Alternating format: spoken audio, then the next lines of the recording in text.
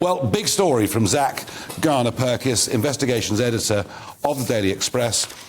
Big piece in today's newspaper, powerful piece, and thank you for coming in. So you've been off to Calais. Were you sort of undercover, or how did you approach all of this? So it was 10 days in Calais. 10 days? 10 days of... We basically went and we followed the police around. The hotel that they're staying at, the 4-star accommodation, if you ever accidentally book that, you'll find confused British tourists and then just about 50 or 60 riot vans.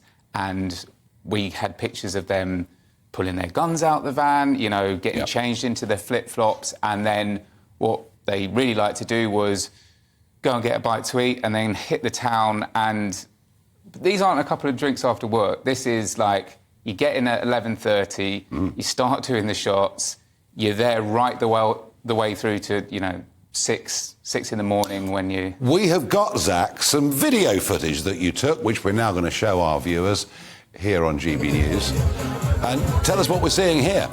I mean, this is just this is a regular night in the police bar, the spot that, you know, they really love to go to. As you can see, it's pretty wild. You know, he's whipped off his belt there and you know, put it around a woman's neck. And, yeah, I mean, these boys go at it until the early hours.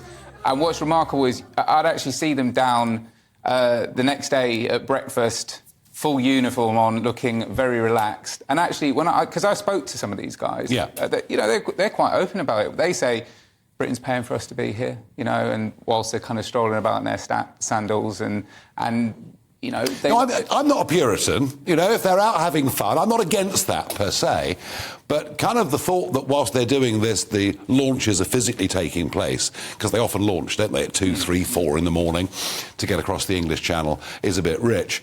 But it was some of the conversations you had with them afterwards that left me, Zach, absolutely stunned. When they basically said that, you know, we don't stop the boats. Yeah, I mean, I spoke to one of the officers and he said, yeah, I've caught the people on the beaches, I've let them go. I spoke to another military police officer that said, I've got the skills to go out there and stop the boats and, you know, stop them going into the water.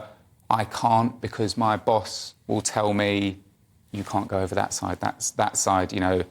The local police, the military police, they just had to watch them go out. So, yeah, it happens. They let them go across. Well, it does happen. Now, we've got some fresh video evidence of exactly this problem, which we're going to show on our screen right now. So here's a large number gathering on the beach, being videoed. They know they're being videoed. The sun's rising.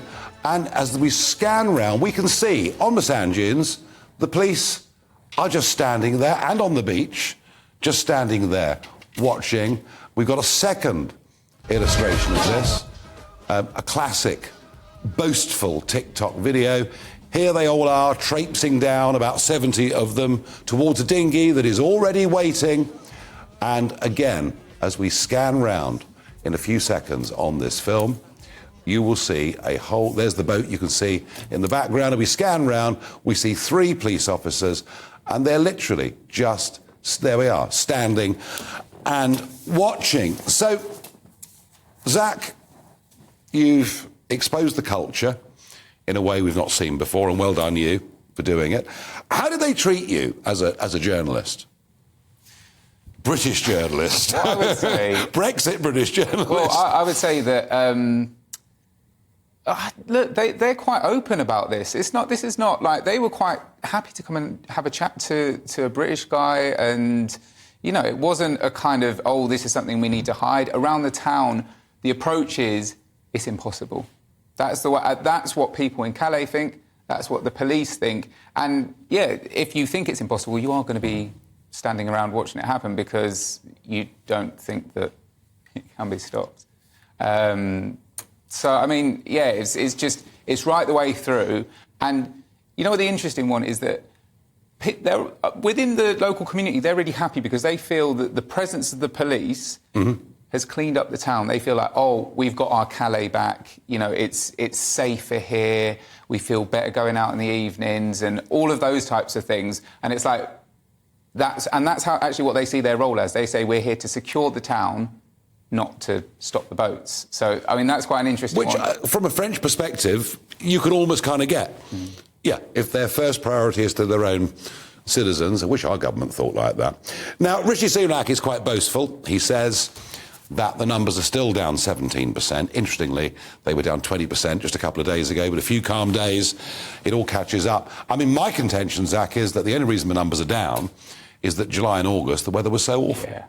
Yeah, 100%. I mean, you have to have like reasonable weather to get those boats out there. And I mean, what I saw from spending those day and night in Calais, those police party, whether it's sun or rain. Are they being paid a fortune? So the way it works is that they're like a mobile unit that moves around. So they're self-sufficient, they do their own food, but they're on a 30% uplift as being the kind of travelling police. And what that's quite useful is if you've got your accommodation, if you've got your food, it's a nice bit of beer money, right? Yeah. So, Well, clearly, yes, I mean, I get that. Zach, have we wasted 800 million quid?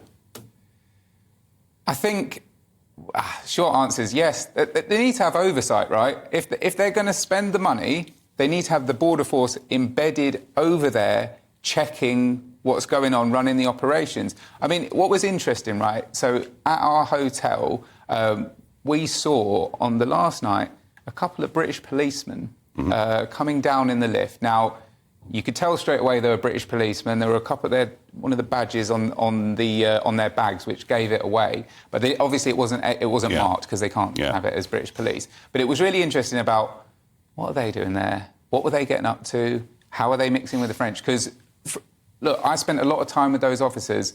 They don't take that posting seriously. When they're in France, when they're in Paris for the riots, that's the serious work. Calais, get your flip-flops on, get down the pub. I can see it.